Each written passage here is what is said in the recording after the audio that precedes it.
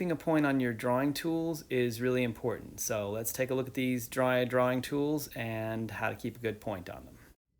So conte, when it's new, it comes in a stick like this. So it's gonna have squared off edges. It's gonna be hard to make a point with it. I actually like to use half a stick, break it in half.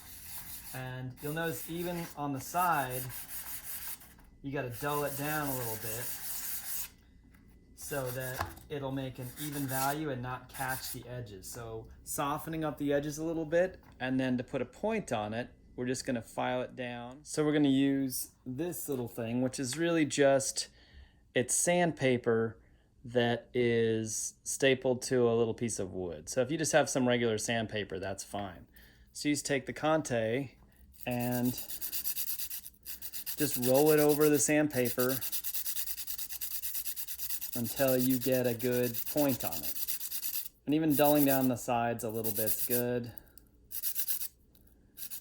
That way you can control when the conte is going to have a good point. So if you just have sandpaper lying around, that's fine. Drywall repatch works too, because it's just basically like a grid that works just like sandpaper. But that way, once I get a good point on it, I can use it almost like a brush. If I dull down the sides, I can make really broad lines with it after it's dull, and it doesn't leave the little strip at the sides, and will leave a more even tone. But I can always find a good point if I put a good point on it. So that's really important to be able to control the conte.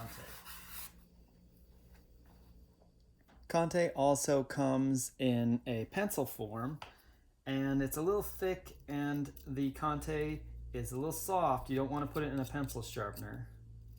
Again, better to do it with an X-Acto and just expose a nice long point on your conte with an X-Acto, cutting away from myself, right? And then we could get the sandpaper and use our same piece here and just roll it over until it has like a nice long tapered point on there.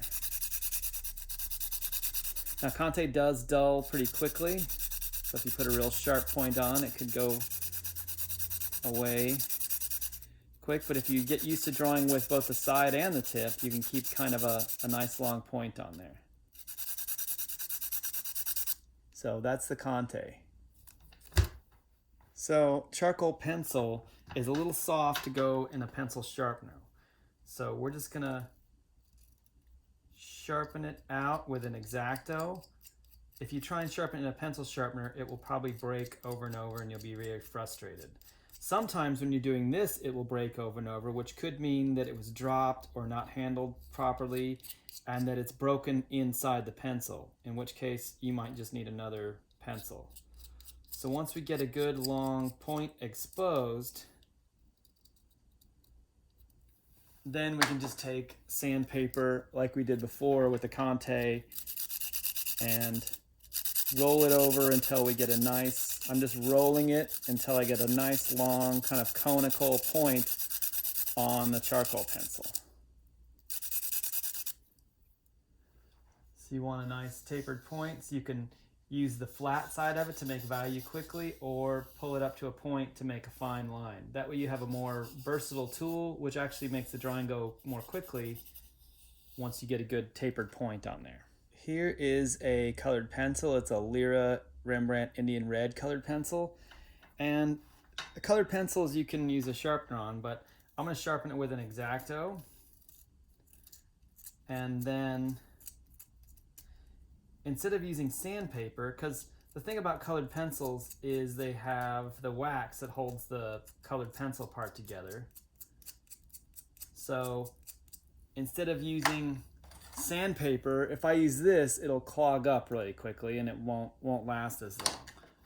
So I actually have a file, right? Just like a metal file, like a nail file. If I sharpen on this, I can get a really fine point on it, right?